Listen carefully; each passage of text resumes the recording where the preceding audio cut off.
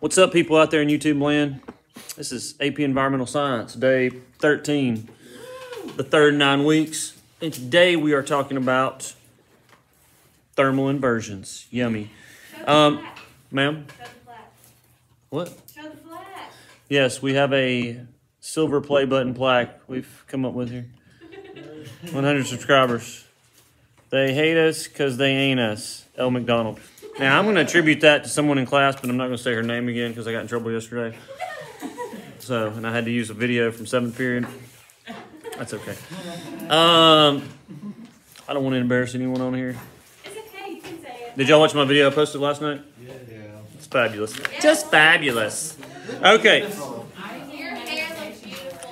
Yeah, I was thinking about wearing that wig to school, actually. It's pretty good. You should do it. Something about just putting your hair behind your ears just makes you feel like free. I don't know what it is. Jason, you know? I don't know either. I don't know. We all need a wig sometimes. Just ask Moira, or how do you say her name? Moira? Moira. There we go. Man, I can never get her name right. Moira Rose. Um, It's a good show. My mom's got 4 episodes of it. I bet she does. All right, let's see here. Thermal inversion. What does thermal mean? Heat. Inversion means Undo. just invert. Luke, what does invert mean? You caught me at a bad time. He said he thinks him and his sister are like the siblings on Schitt's Creek, but I said they're cooler than them. Interesting. That's what Valley Grace told me. I haven't seen The yet. siblings on I can see that. cooler than them. Except switched? I don't know. Yeah. Inverted. Inverted, thank you. What does that mean? Switched. Yeah, it's flipped. So inversion means, yeah, it's flipped. It's back from the opposite of the way it normally is. So I'm going to break it down and give you the simple version here for temperature inversions because this is the only one that I can explain. And then, that's okay. There's a couple of videos I'm going to show you today. For those of you in my Schoology, they should be posted for you to watch. But the main important thing you need to know about thermal inversions is it's when cooler air is trapped near the surface, and if you're in a city or a town where there's a lot of pollutants that are being produced, then that cooler air is more dense. It's going to hang closer to the surface, and it's going to keep those pollutants, like we saw in our video yesterday when we finished up the video from Mongolia on Ulaanbaatar, where it's very cold in the wintertime. What did they have on one side of the town? Y'all remember?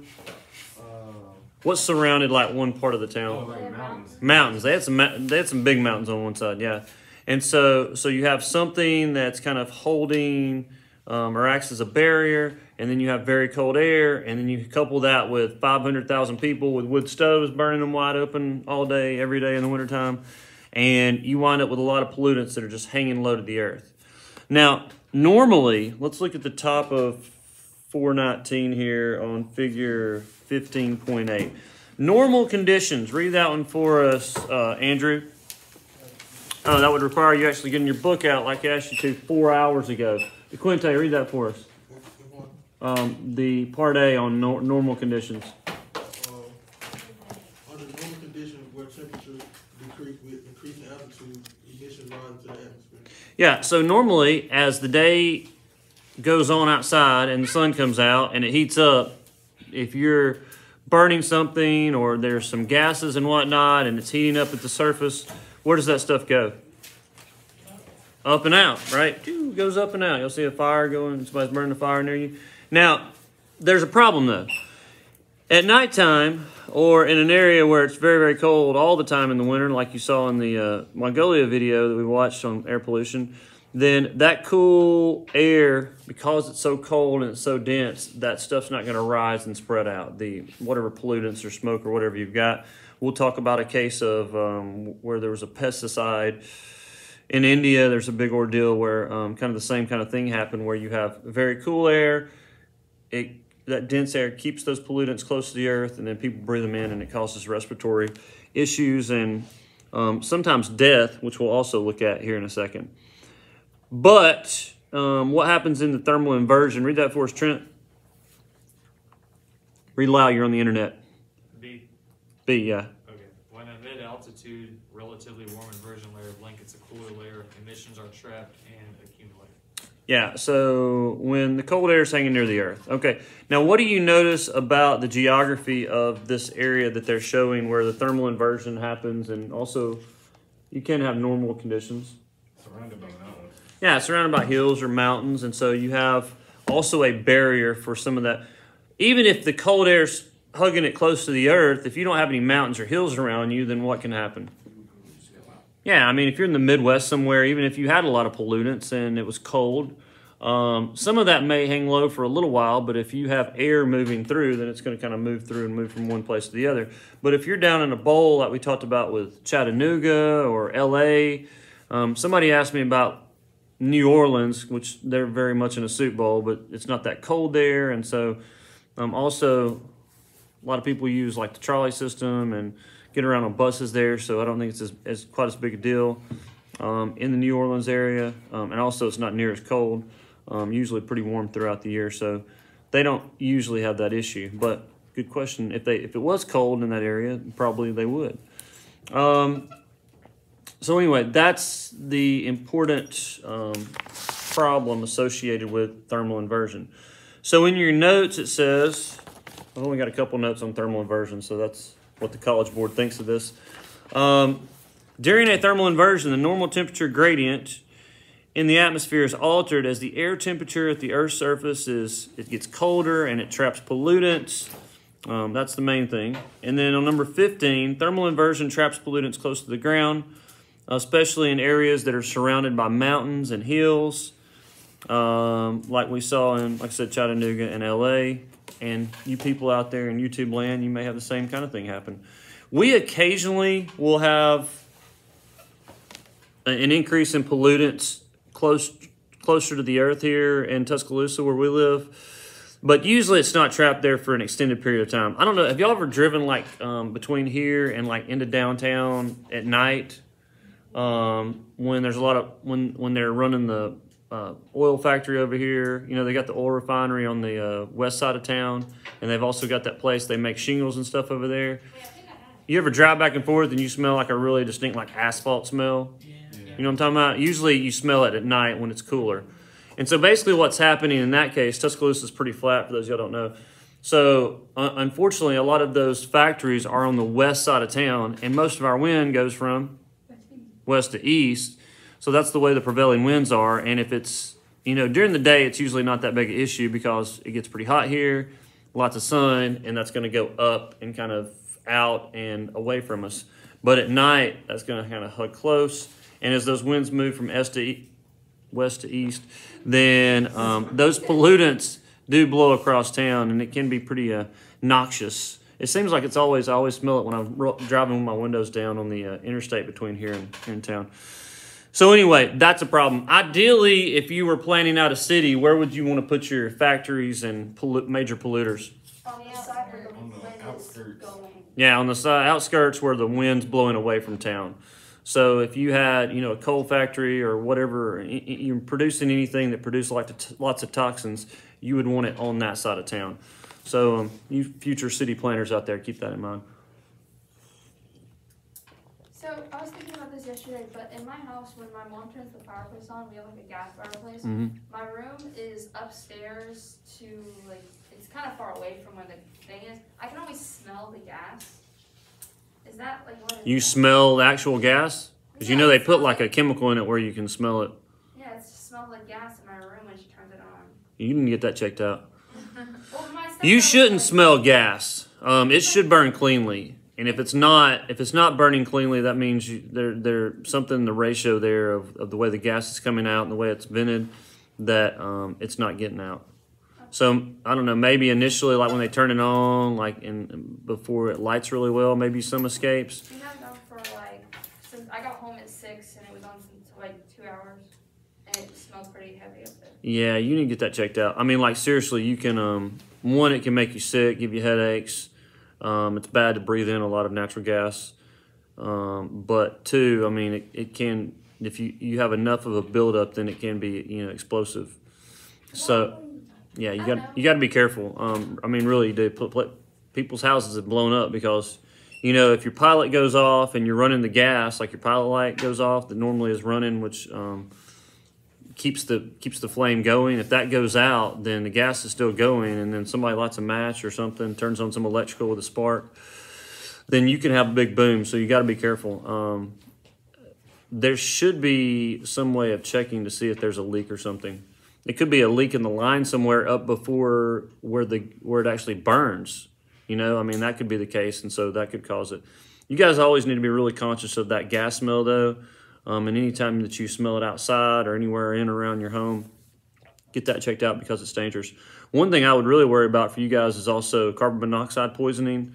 We talked about that a little bit. Like if there's incomplete burning and there's not very good ventilation, you know, carbon monoxide, you just get sleepy, you get tired. I mean, like you may already be sleepy and tired at night. You go to sleep and then you die.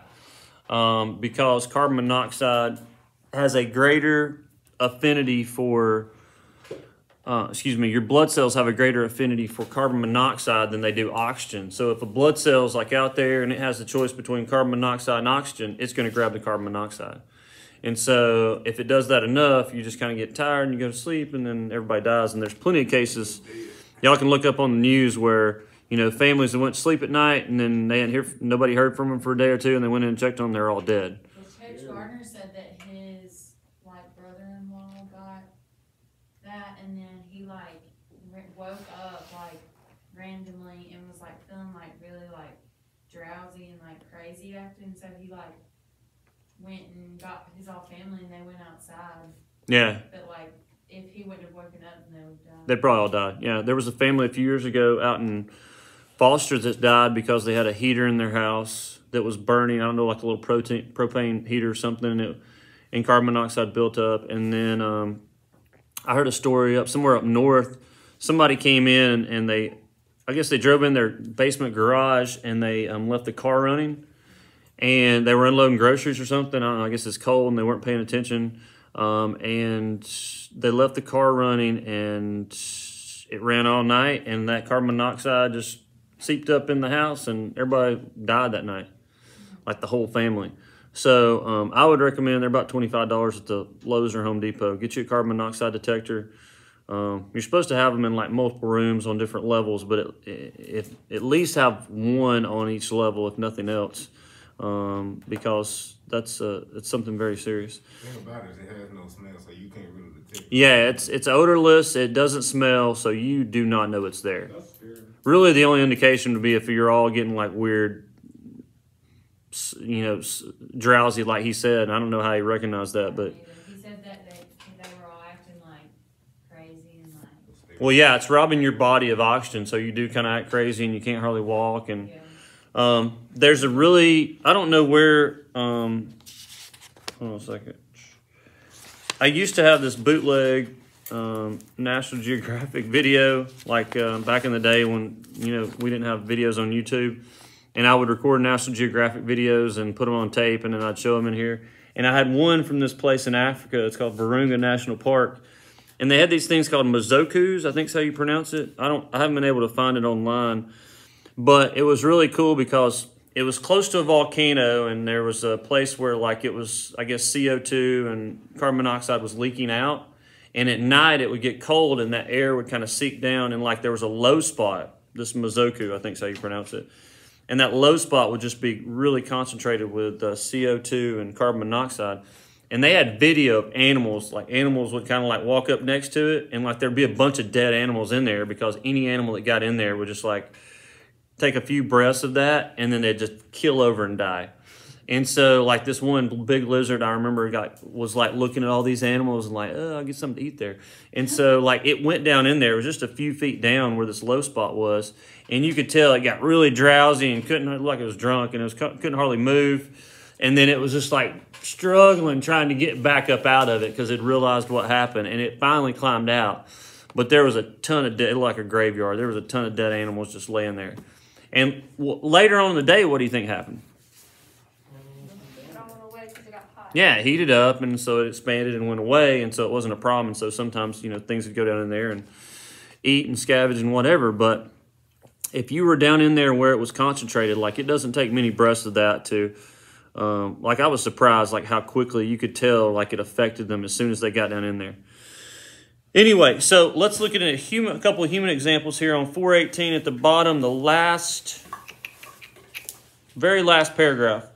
Before that, it says thermal inversions create pollution events that are particularly common in cities where vehicle exhaust and industrial emissions are easily trapped by the inversion layer. Now, we have an event where a lot of people died in China. So we talked about some pollution issues there. Read that last paragraph for us, Jordan. Thermal inversion can also lead to other forms of pollution. A striking example occurred in spring 1998 in the northern Chinese city of Tianjin. Yeah, so Tianjin, I think is how you pronounce it, in northern China. So this is not far from Mongolia. Keep going.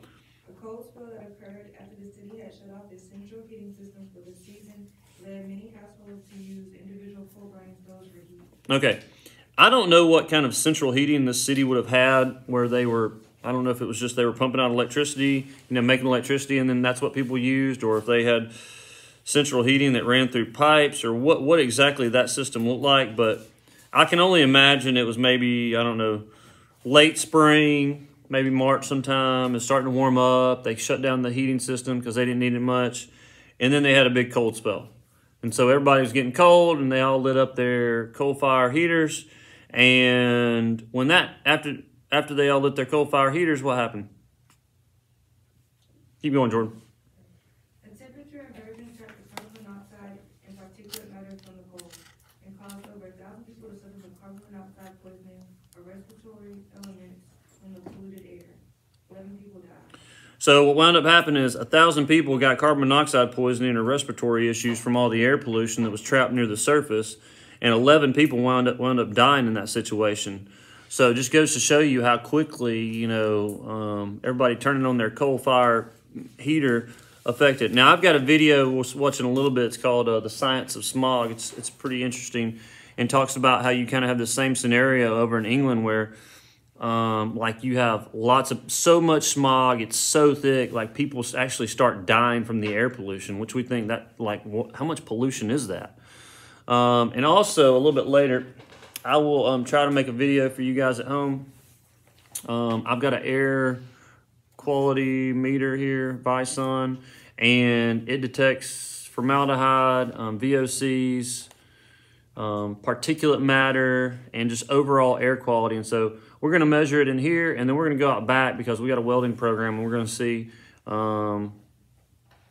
what's the air quality like there.